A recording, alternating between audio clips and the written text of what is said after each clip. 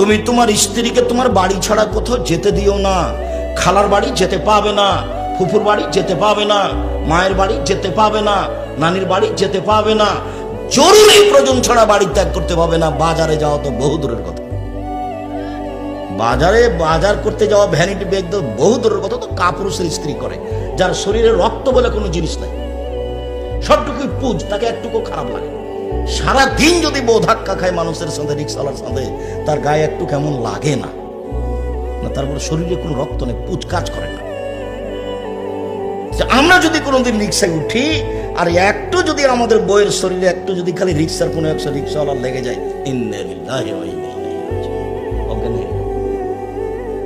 আরে সারা দিন ধাক্কা খাচ্ছে বাজারে গিয়ে, তার শরীরে একটু 19-20 মনে হয় না, একেবারে কাপুরুষ।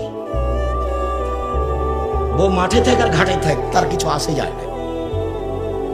এই যে সেই জোহর থেকে বাজার করছে, আপনার মেয়েটা যেখানে বাজার করছে ক্লাস 10-এ পড়ে, ক্লাস 10-এ পড়ে, 8-এ যেদিন উঠেছে সেদিন সে যুবতী হয়েছে, হায়েজ হয়েছে। বিবাহ হলে তার 3টে ছেলে হতো, কোন শরমে সে এখানে বাজারে দাঁড়িয়ে আছে? ওকে হিন্দুর মেয়ে আপনি আমাকে বললেই হবে? জন্ম দিয়েছেন আপনি, কন্ট্রোল করবেন আপনি। তাহাজ্জুদ পড়ে জান্নাত কিনতে চান না, হলে হিসাব 3 শ্রেণীর মানুষ জান্নাতে যাবে না।